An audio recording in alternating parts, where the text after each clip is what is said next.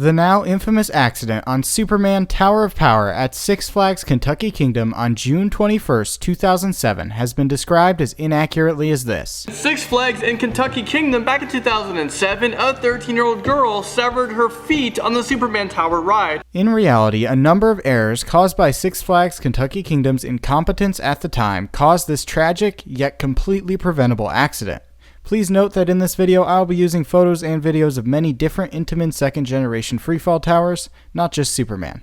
To understand why this accident happened, we first have to look at this ride's history. This ride was the first Intamin second generation freefall tower. It opened in 1995 as Hellevator. Its name was later changed to Superman Tower of Power. This model was 177 feet tall and used 3 cables attached to a carrier that attaches to a ride vehicle where 4 passengers ride. The ride was actually multiple drop sections. The section where this accident occurred was Section 3. Section 3 had its cables replaced in 2003 with 11mm cables not provided by the ride manufacturer, Intamin. The ride was thoroughly inspected by the Kentucky Department of Agriculture yearly in April.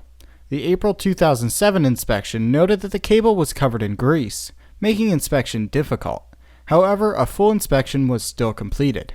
On June 21, 2007, at 4:56 p.m., Superman Tower of Power was operating normally. 3 girls who had just ridden the ride asked to ride again as there was no line. The ride operator permitted them to, and they took their seats in Section 3. At Superman on this day, there were 2 ride operators, one at Enable and one at Controls. Both operators had a good view of Section 3. The Enable operator checked the 3 girls' restraints and hit the Section Ready button as normal. She proceeded to the Enable panel and gave a clear while depressing the Ride Enable button. The Controls operator pressed her 2 dispatch buttons and the ride started. When Section 3 was between 35 and 45 feet in the air, the 2 ride operators heard a loud bang and noticed that one of the 3 cables had snapped. Most of the snapped cable was pulled into the ride itself. However, a 135-foot section of cable was hanging from the carrier. This cable fell downwards, hitting all passengers in Section 3, and tangled itself around the girl's feet who was sitting farthest to the right when looking at the ride. There is absolutely no evidence that the cable ever wrapped around her neck like many clickbait videos claim.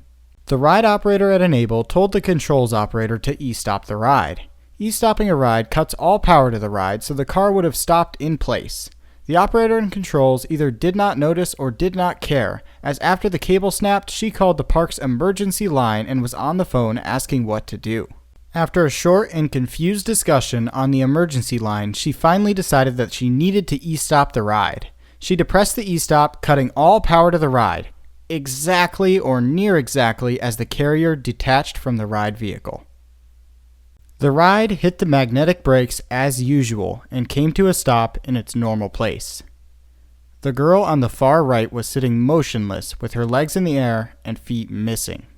The ride operator at Enable ran away, and the ride operator in Controls could not let anyone out as she had pressed the e-stop, cutting all power to the ride, making it impossible to unlock the restraints until maintenance could arrive. A later, post-accident inspection by the Kentucky Department of Agriculture revealed that the cable in Section 3 was as thin as 10.6 millimeters in some spots compared to the 11mm cable Intamin required. The cable was also not very greasy at all compared to how it was back in April that year. In fact, since April, Six Flags Kentucky Kingdom had not been lubricating the cable at all, and were in fact adding cornstarch to the cable to reduce slippage. This likely contributed to the cable's weakness. However, regardless of mechanical problems, everyone on the ride would have gotten away with just minor scrapes and bruises had the ride operator in Controls hit the huge red e-stop button.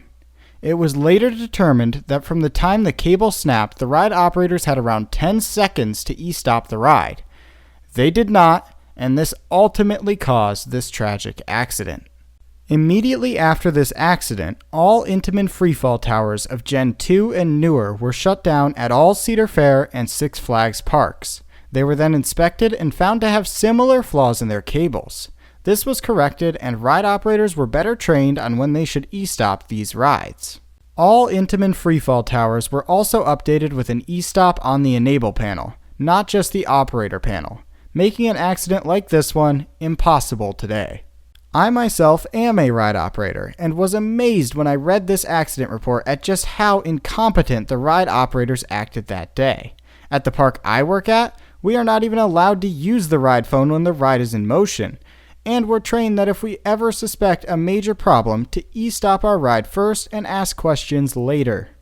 After this accident, Superman Tower of Power was removed from Six Flags Kentucky Kingdom, and just 2 years later, all of Six Flags Kentucky Kingdom would close, in part due to decreased attendance from this accident. This accident taught the amusement industry many valuable lessons that still keep you safe when riding rides today.